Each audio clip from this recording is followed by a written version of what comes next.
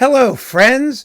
This is Dave Hurwitz, executive editor at ClassicsToday.com, here with the 5 greatest, and I mean greatest, Berlioz recordings. These are fun, and they range from gigantic to miniature. Berlioz is a tricky composer, as we've often discussed. His musical style was so individual, so quirky, and so eruptive expressively, and only certain conductors who had a lack of inhibition when they performed, who could really let themselves go, were able to bring home the bacon in Berlioz. And we've got some bacon here, goodness gracious. First, Les Troyens. Oh wow, yes, the Trojans, the classic Colin Davis Covent Garden recording that was originally on Philips and is now on Decca, headlined by John Vickers. What a tremendous performance this was. Exciting, thrilling, the first major stereo recording of the opera. After all these years, it's hard to believe. It really is. I remember when the great Donald Francis Tovey, the English musicologist who liked to make fun of Berlioz here and there, first actually heard the Trojans, or saw it. Beecham did it in the UK. And he stopped and said, I remember he said, wait, we never know where we are with Berlioz. The performances of Les Troyens reveal it to be one of the greatest masterpieces of music drama, fully on the level with Wagner. And it is. It's unbelievable. It's this big, huge phantasmagoria, and it has a better plot than anything Wagner did.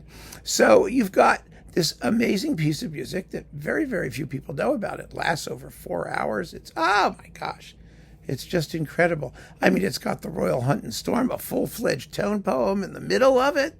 It's epic in every possible way, and a performance has to be.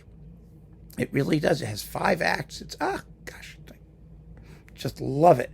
And this performance revealed the masterpiece that it is. Now, Colin Davis recorded Les Troyens twice, which is really pretty amazing. I mean, really amazing. I mean, who gets to do that for the LSO label? And he actually did just as good a job the second time around. This is one of the few instances where the remake is not either worse or really better than the original. They are sort of on the same level, but this is the one to get. The first one, it has a freshness and an excitement and this sense of discovery. And the end of the third act will just knock your socks off. Oh my gosh, it's incredible. Next, Le Corsaire, just the overture, just 8 minutes of it. Thomas Beecham on Warner with his own royal fill. Wow. What an amazing performance this is. I think it's the fastest Corsaire I've ever heard. It's incredible, but my God, when it gets hopping toward the end, there is nothing like it. It just raises the roof. It'll lift you out of your seat. It is so thrilling. So that definitely has to be up there. And Beecham, as a lifelong dedicated Berliozian, needs to be honored, I think, for his best Berlioz performance. I really think that's it. It's just astonishing. Next, after Le Corsaire, Les Nuits d'été. Something sensitive, something charming, something I find excruciatingly boring, but that's okay, because the rest of the universe disagrees with me, and whether I like it or don't like it, I know that there are great performances of it, and that's the point. We're talking about the greatest Berlioz recordings, and this, of course, is that amazing disc with Regine Crespin and Ernest Ansermet, originally coupled with Ravel's Scheherazade, and in its CD version with some other songs and other things that she did. She was, of course, an incomparable, fabulous soprano in this repertoire. Ansermet was to the manner born, and they just make love to the music, every boring bit of it. But, well, the problem with Les Nuits d'été, as I've always said, is that we do the songs in the wrong order. It begins with Villanelle and ends with, whatever, L'Île Inconnue, whatever that last thing is. Those are the only 2 modestly quick songs. The rest are big, long, heavy, droopy songs. Le Spectre de la Rose and Au Cimetière, and oh gosh, it's just endless.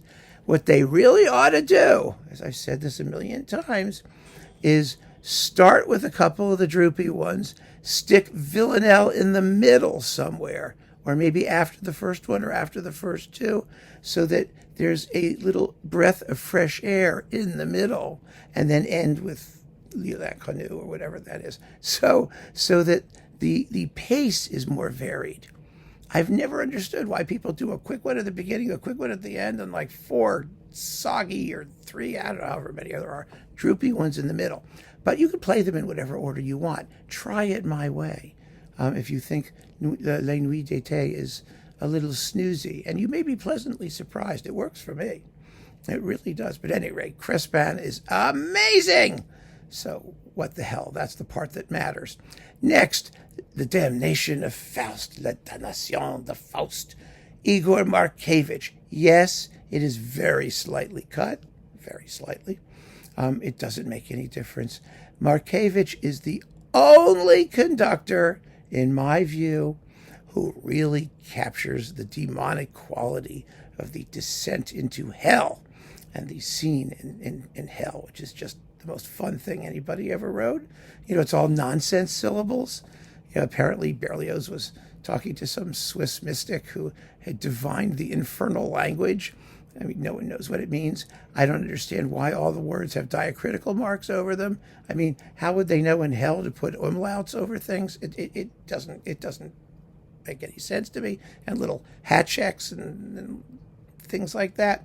But it's, you know, it's Maracaibo. Well, no, that's a town in Venezuela, right? Maracaibo. Well, it's like that, though. It sounds quite primitive. And the point is that Markevitch gets the chorus of demons to really sound nasty. I mean, they sell the product, let's put it that way. And the rest of the soloists are terrific, and the whole performance has just got so much malevolent glee. And you need malevolent glee when you do the Damnation of Faust. You really do. It's a knockout. And it was very well recorded for today on Deutsche Grammophon. And if you haven't heard it, you do not know the Damnation of Faust. I mean, it's head and shoulders above the rest. It really is. And last but not least, of course, we have to talk about the Symphonie Fantastique.